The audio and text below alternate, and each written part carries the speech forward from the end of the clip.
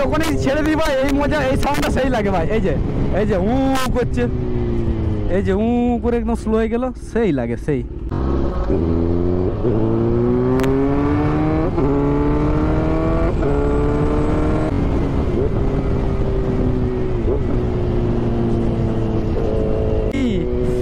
তো এই দেখতে পাচ্ছ ব্যারিকেড গুলো পেরিয়ে যাওয়ার পরে একটু হাই স্পিড করব, তারপরে আমরা ডাউন শিফট করে করে আমরা দাঁড়িয়ে যাব, সেখানে রিলস বানাবো।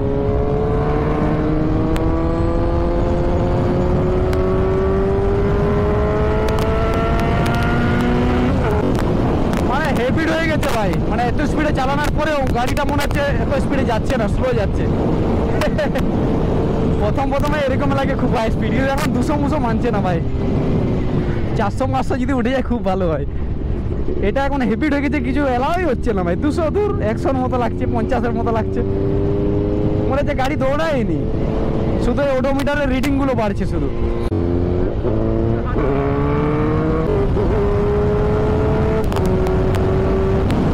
ও वाह भाई वाह, मजा आ गया।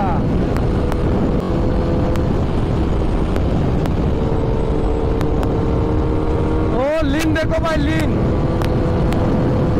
क्या बात है, मजा आ गया सीरियसली भाई, सीरियसली मजा आ गया।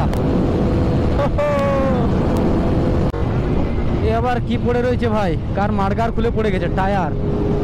তো গাইস দেখতে পাচ্ছ আমাদের বিস্ট এখানে, তো আমরা বাড়িতে নেই, আমরা হাইওয়েতে আছি, দেখতে পাচ্ছ বিস্ট একদম। তো আমি ভাই রিসেন্ট চান ফান করে বেরিয়েছি, মানে আমার খেয়াল ছিল না যে আজ বেরোবো, ঠিক আছে। তো যাই হোক, হঠাৎ মনে পড়লো যে রাইডে যেতে হবে, ভুলে গেছিলাম, তোমাদের ভালোবাসা ভুলে গেছিলাম, হঠাৎই বেরিয়ে পড়ি। আমার চুল এখনো ভিজে আছে, এখানে রুমালটা শুকোতে দিয়েছি, আর বৃষ্টিটা একদম দেখতে পাচ্ছ কালকের মতোই আছে, আর আলাদা কিছু করা হয়নি, শুধু টায়ার প্রেসারটা দিয়েছি আর কিছু না। আর ফুয়েল যা ছিল সেটাই রিফিল করিনি, হ্যাঁ, যে ফুয়েল আছে আশা করি এটাতে আমরা রিটার্ন চলে যাব। আর ভিউগুলো যা দেখো, এখানে হাইওয়ে আছি, হ্যাঁ, ডবল লাইন দেখতে পাচ্ছ, আপ ডাউন দুটো আলাদা আলাদা লাইন আছে। আর আশা করি ভিউটা ভালো লাগবে তোমাদেরকে, হালকা সূর্যের আলো আছে, আর আমি অনলি হাইওয়েতে আছি, অনেক মানে প্রসারিত অনেক রোড, অনেক জায়গা। এই জায়গাতে কিছু শর্টস বানাবো, সেই শর্টগুলো তোমাদেরকে দেখাবো, সেটা তোমরা ইনস্টা ফেসবুকে দেখতে পাবে। আর ইউটিউবে নাও দেখতে পারো, হ্যাঁ, নাও দিতে পারি, আমি যদি আপলোড করি তবেই দেখতে হবে, কিন্তু ইনস্টাতে আমরা ছাড়ি, ঠিক আছে। তো চলো।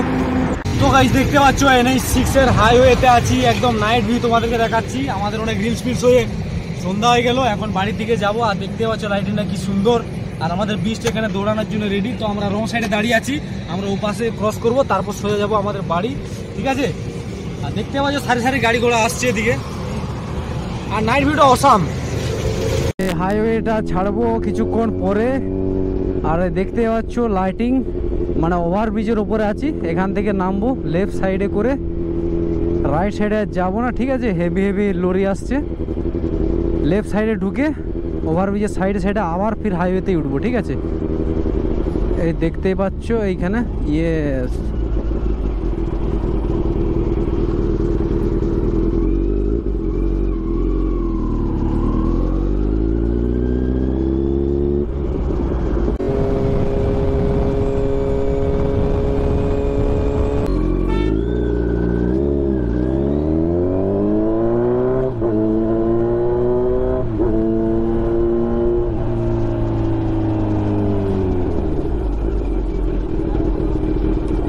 তো খেয়ে নিলাম সামোসা, সিঙ্গাড়া আর ভেজিটেবল, গরম ছিল, ভালোই লাগলো ভাই।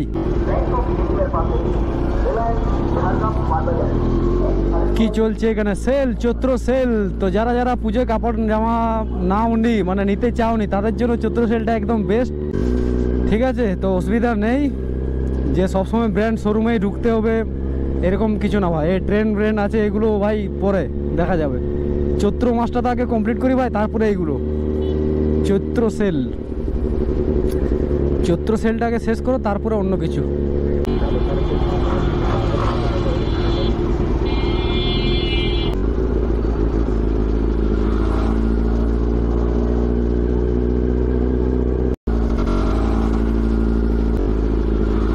আমি পারি না, আর পারি না, আমি কেন মরি না। এটা তো কলকাতাও নয়, আর চেন্নাইও নয়, আর মুম্বাইও নয়, ঠিক আছে ভাই। এটা কোনো মহানগরী না, এটা হচ্ছে সিটি, আমাদের লোকাল সিটি।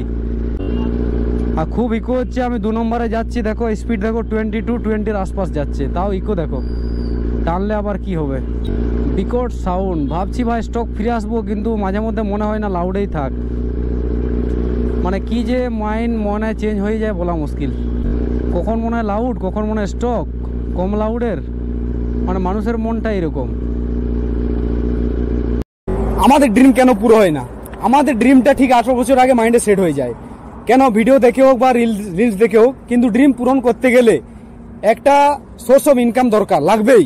যাদের বাবা মায়ের ধন সম্পত্তি আছে তাদের আলাদা ব্যাপার, কেন কি তারা বাবা মাকে চেয়েই সেই জিনিসটা পায়, কিন্তু যারা বাবা মার কাছ থেকে এটা পায় না, সাপোর্ট পায় না, তারা একটা লক্ষ্য স্থির করে অনেক মেহনত করে সে শেষমেশ লক্ষ্যে পৌঁছে যায়, তখন বাড়ির লোক বলবে আরে বয়স বাড়ছে, বাড়ি করতে হবে, বউ এনে দেবো, বিয়ে দিয়ে দেবো, এগুলো অনেক কিছু বলে থাকে, ঠিক আছে, অনেক প্রেশার আছে। আর বড় একটা লোন একটা দাঁড়িয়ে যায়, বড় লোন অ্যামাউন্ট, ঠিক আছে, তখন ড্রিম পাওয়ার ইচ্ছাই শেষ হয়ে যায়। এই জন্য আমাদের ড্রিম পূরণ হয় না। এই জন্য বলি আগে তোমাদের নিজের মানে ড্রিমটা ফোকাস রাখো, তারপর অন্য কিছু বাড়ির লোক যাই বলুক না কেন, এইটা সময় চলে গেলে সেটা পরে করতে পারবে না, ঠিক আছে।